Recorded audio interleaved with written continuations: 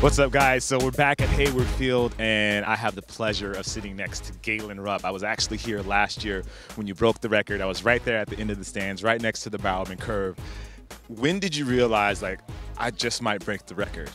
I know I had a good chance going in. I was in great shape, and I remember my coach sitting me down before the race, telling me, like, this could be a really unique chance where things come together. We got great pacemakers, great atmosphere, obviously. That don't be scared to go for it. So I know that it's always kind of in the back of my mind, and you never want to get too caught up in records. But I knew there was a good chance coming in, and to be able to have the opportunity to do that on my home track here in the U.S. was just phenomenal. So I knew that the pace was going quick for most of the race, and then with 800 meters to go, I said, this is my time to go for it, and so I just went for broke, and it ended up working out all right.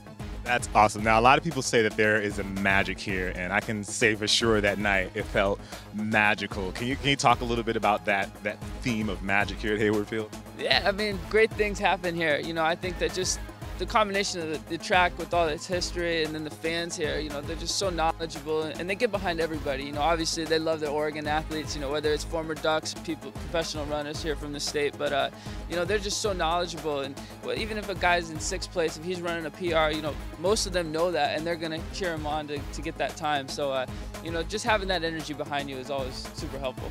That's awesome. Now we're here to get faster. Can you talk about fast, and what does fast mean to you? Speed kills, fast is the name of the game. So, and especially with what we do, it's all about sprint finish. It doesn't matter whether you're 800 all the way up to 10,000. The guys are running low 50s for their last lap, and so you got to be able to sprint. So we're always doing stuff, whether it's working on our mechanics or doing a lot of short intervals like 150s and 200s, especially at the end of workouts. Really just all out sprinting to get that feeling that we have at the end of a race. Everything is about working on the speed and getting better at the finish.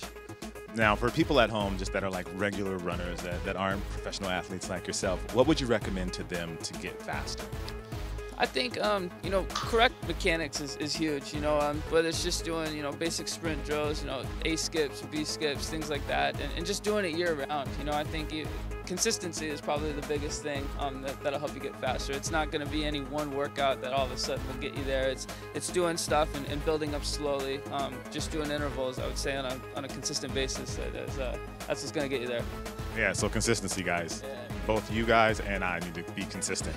So I've noticed that you have on the Jordan 11 Low IE. Does Galen Rupp have a sneaker game? Definitely. No, I've always loved sneakers. I've got probably too much, as my wife would say, as they're stacked up in my garage. So, a big Jordan guy. I love the 3s, the 11s. The 4s, probably my 3 favorites. Foam posits, Air Force Ones. I'm into all that. That's dope. That's awesome.